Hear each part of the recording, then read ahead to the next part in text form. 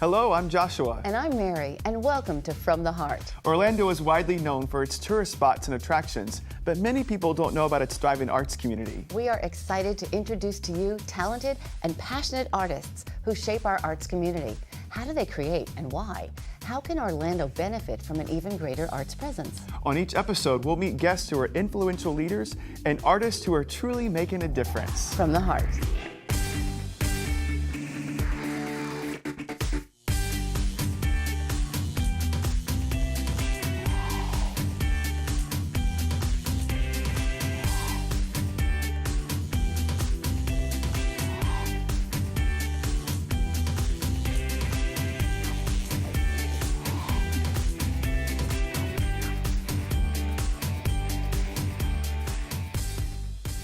Hello everyone, welcome to From the Heart. I'm Joshua. And I'm Mary. We're excited to bring to you all that's new and good when it comes to the arts in Central Florida. Today's show is all about the Dr. Phillips Center for the Performing Arts.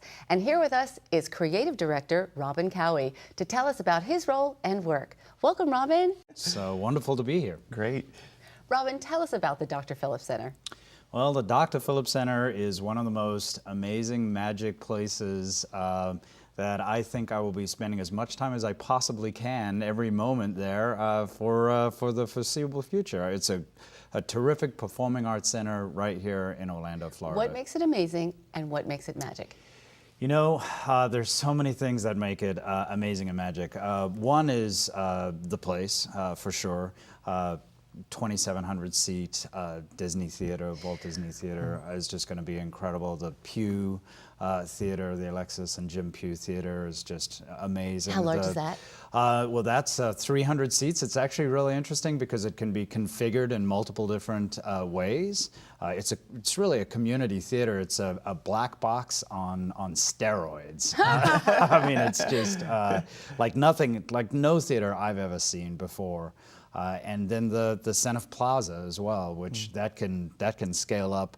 I believe it's anywhere from 3,000 to 10,000. Don't quote me on the top number, but it really is a very large space.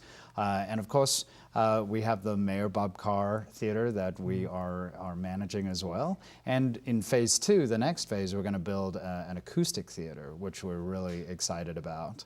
And then in addition to those wonderful theater spaces, there's meeting spaces and areas where people can hang out or like have a wedding or actually have more different kinds of performances. For example, the DeVos Family Room, which is a very big space, and then there's another rehearsal room, and then there's 10,000 square feet of education space. Wow. So it really is, the place is wonderful. But Education spaces, you'll have classes? Yeah, there's absolutely. There's advanced classes for kids and adults, dance and singing and music, all kinds of classes that are going. Not only are we doing classes in the building itself, but there's also outreach. So a lot of the teachers that come through there are actually teaching outside of the building as well.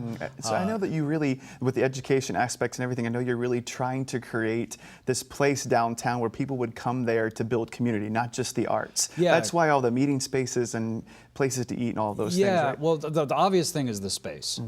But really, it started with the people and the experience. And it really, when they went out into the community to design it, they really asked everybody in the community, what do you want and what do you need? And, really pulled a lot of input from the community and then designed something that really answered what Orlando was asking for. And so community has always been at the heart. And we believe in arts for every life. And that's truly what we're trying to achieve. We're trying to create a place where every person can come and celebrate the arts. So the scope really covers every kind of music. We've got a great jazz series this year that's really amazing. We've got, of course, terrific Broadway series, and we're going to have every kind of Broadway show you could ever imagine. But there's also contemporary music, and of course the ballet, and the Philharmonic, and it's just all-encompassing. There's so many different kinds of shows that are going on there.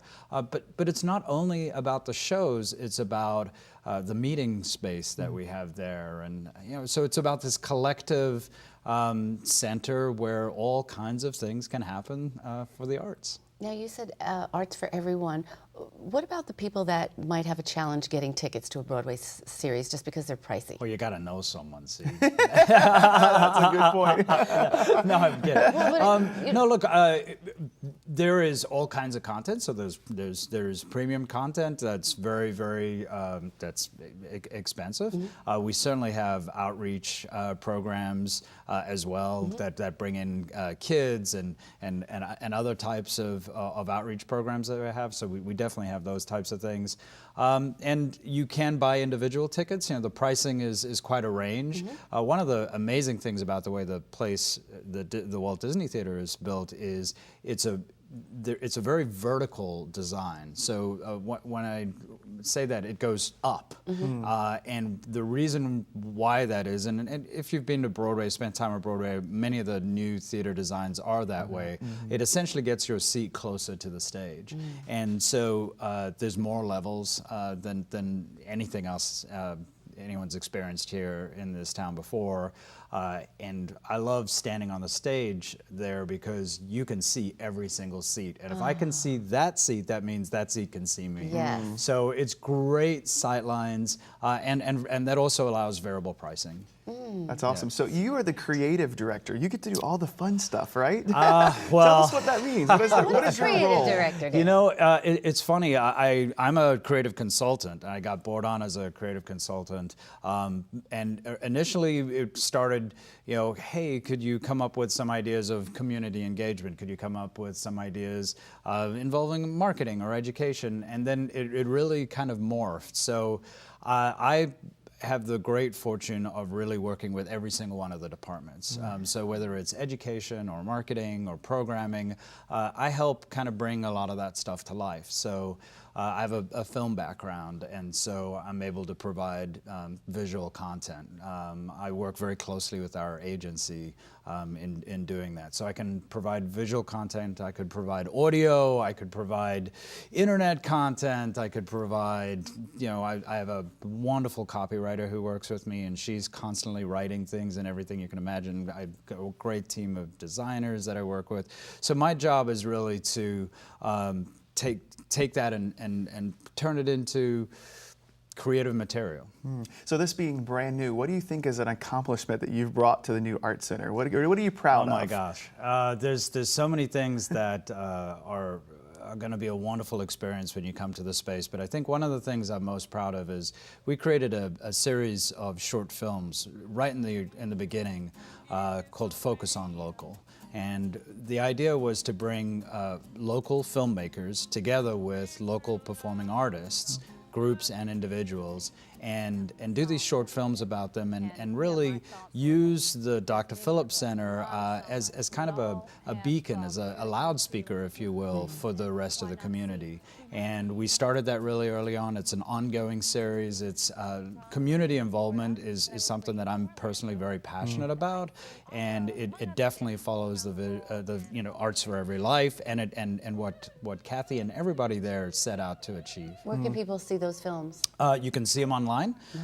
What's You the can come website? to our site, drphillipscenter.org, and it's Focus on Local is a section on the site there. It's also on YouTube, and they've been shared, and that's an ongoing series. So we invite people on our Facebook site. Tell us about your favorite local performing artists. If you're a filmmaker, volunteer to get involved, and we get people all the time. So that's a very small part, but the reason why I bring it up is that it really it kind of encapsulates a lot of the material that we're trying to create. We have these visual screens that will be around the space itself, and we're able to highlight things and talk about things. And again, the vision is not something that happens in these walls.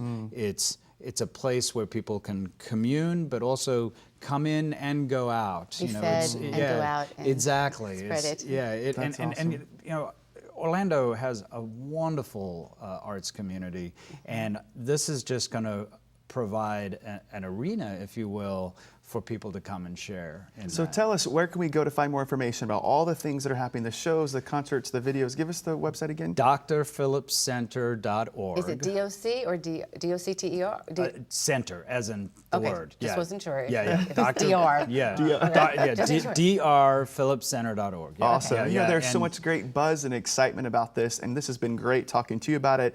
We could talk a lot more about the center, and we will in just a few moments. As a matter of fact, we certainly will. Fortunately, we're going to have more time with Robin Cowie in just a little while on From the Heart, when we get to hear what Robin was like as a child and what his journey took to get him here today. Thanks for joining us on From the Heart.